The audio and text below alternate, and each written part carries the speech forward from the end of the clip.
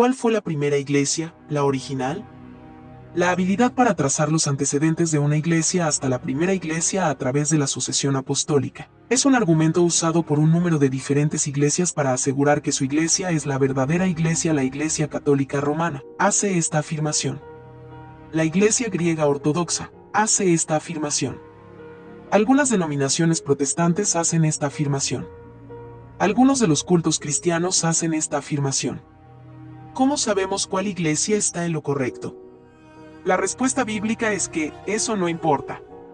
La primera iglesia, su crecimiento, doctrina y prácticas, fueron registradas para nosotros en el Nuevo Testamento. Jesús, al igual que sus apóstoles, advirtieron que se levantarían falsos maestros, y ciertamente así parece haber sido, de acuerdo a algunas epístolas del Nuevo Testamento, que estos apóstoles tuvieron que luchar desde el principio contra los falsos maestros. En ninguna parte de la Escritura se menciona que el tener la ascendencia apostólica, o ser capaces de rastrear las raíces de procedencia hasta la primera iglesia, sea el método para probar ser la iglesia verdadera. Lo que sí lo es son las repetidas comparaciones entre lo que los falsos maestros enseñan y lo que la primera iglesia creía, tal como se registra en la Escritura. El que una iglesia sea la verdadera iglesia o no, se determina comparando sus enseñanzas y prácticas con las de la iglesia del Nuevo Testamento, como se lee en la Escritura. Por ejemplo, en Hechos 20:17 al 38, el apóstol Pablo tuvo la oportunidad de hablar a los líderes de la iglesia en la gran ciudad de Efeso, cara a cara y por última vez. En ese pasaje, él les dice que los falsos maestros no solo vendrán entre ellos, sino que vendrán de ellos.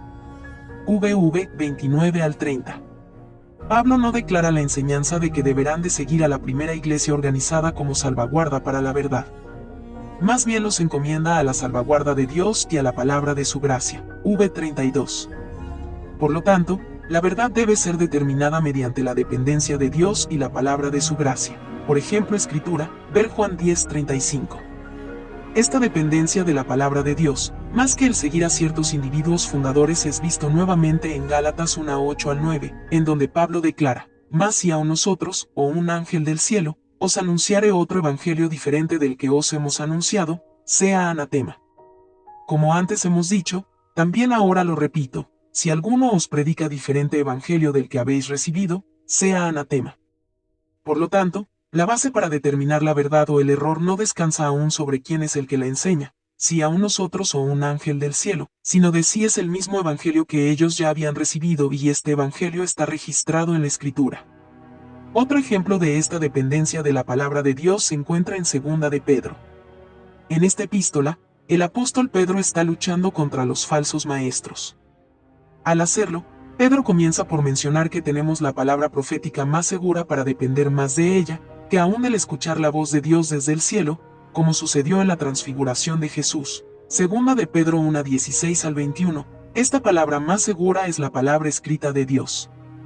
Más tarde, Pedro nuevamente les dice que sean cuidadosos para que tengáis memoria de las palabras que antes han sido dichas por los santos profetas, y del mandamiento del Señor y Salvador dado por vuestros apóstoles.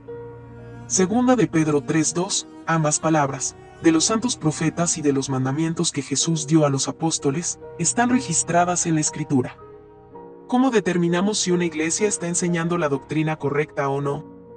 La única norma infalible que la Escritura dice que tenemos, es la Biblia. Isaías 8:20, 2 de Timoteo 3:15 al 17, Mateo 5:18, Juan 10:35, Isaías 40:8, 1 de Pedro 1:25, Gálatas 1:6 al 9. La tradición forma parte de cada iglesia, y esa tradición debe ser comparada con la palabra de Dios, para que no vaya contra la verdad. Marcos 7:1 al 13. Mientras que es verdad que los cultos y algunas veces las iglesias ortodoxas tuercen la interpretación de la Escritura para dar soporte a sus prácticas, no obstante, la Escritura, cuando es vista en su contexto y estudiada fielmente, es capaz de guiarnos a la verdad. La primera iglesia es la iglesia que está registrada en el Nuevo Testamento, especialmente en el libro de los Hechos y las epístolas de Pablo.